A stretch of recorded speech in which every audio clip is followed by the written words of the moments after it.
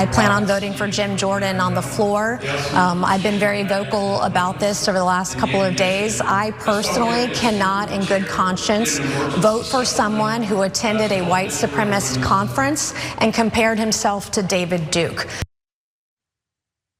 Now, I've already given a lot of the context here, but just to clarify from the Washington Post, Scalise once described himself, according to a local columnist, as, quote, like David Duke without the baggage. He represents the Louisiana congressional district that elected Mr. Duke, the former Ku Klux Klan leader, to the state legislature in 1989. Mr. Scalise apologized in 2014 for having attended a white supremacist gathering more than a decade earlier, saying that he had not known the nature of the group, which, come on, Steve Scalise, yes, the hell you did. Just by virtue of what the name of the group was. It was called the European American Unity and Rights Organization, the acronym EURO. I'm sorry, you didn't read that and immediately know that it was a white supremacist organization? Of course he did. Of course he did. He's a liar.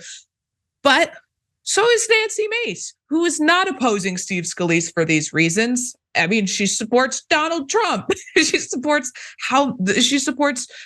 Jim Jordan, who turned the other way and turned a blind eye to sex abuse at Ohio State. I mean, she's supported so much abhorrent white nationalist rhetoric within her party. The idea that the buck stops here is absurd. It's absurd. Not that what she's saying isn't true, that he did say these things, but that's not why she's not supporting him.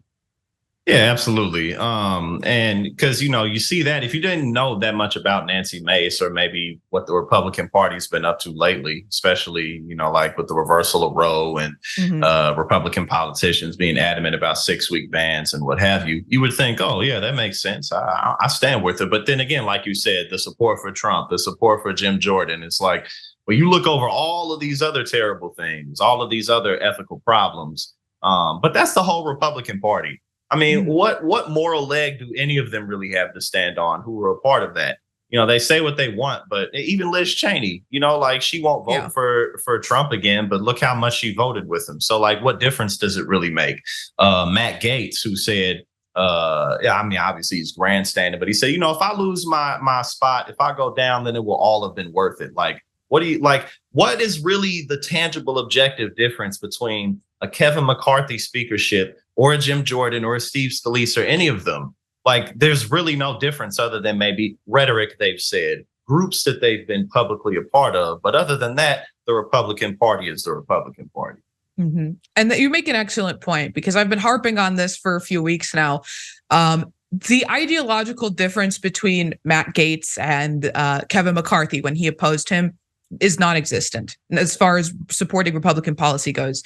Same thing for the difference between Jim Jordan and Steve Scalise. They support the same policies. They're just doing politics differently. Of course, Matt Gaetz's was a naked power grab, essentially, because he believed that Kevin McCarthy didn't, coalesce to him enough. Although he did every opportunity, it wasn't enough for Matt Gaetz. But like reminder, Kevin McCarthy voted not to certify election results. This man is an election denier. All right, he was not some even-handed, fair balls and strikes type of politician. He was just as anti-democratic as someone like Matt Gaetz is.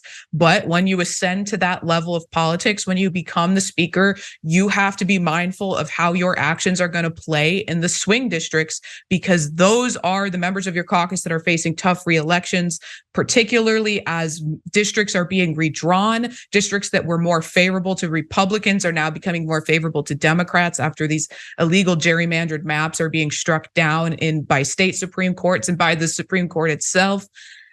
Republicans are going to have a tough time in the House in 2024, and that's something that the speaker has to be mindful of. It's not something Matt Gaetz has to be mindful of. It's not something Marjorie Taylor Greene has to be mindful of. They're going to win re-election again. They're in R plus 1,000 districts. They're in districts that would never go blue. So I think that there's a lot of, it's a circus, right? It's a circus going on right now. It's going to be really bad for the Republicans and really good for the rest of us. But I'll let you get the final word in on this, Jackson.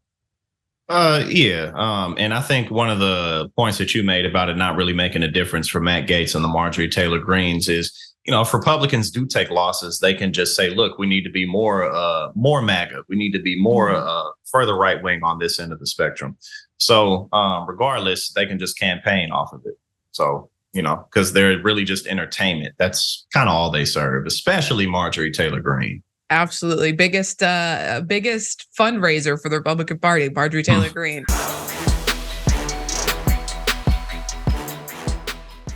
Check out the Damage Report podcast each day, wherever you get your podcasts, whether Pocket Casts or Stitcher or iTunes. You can join me as I give you the news and stories you want, with a range of co-hosts and interview guests jumping in on the fun each day. Again, that's the Damage Report, wherever you get your podcasts. And if you get them at iTunes, don't forget to rate and review. Sometimes I'll read them live on the show.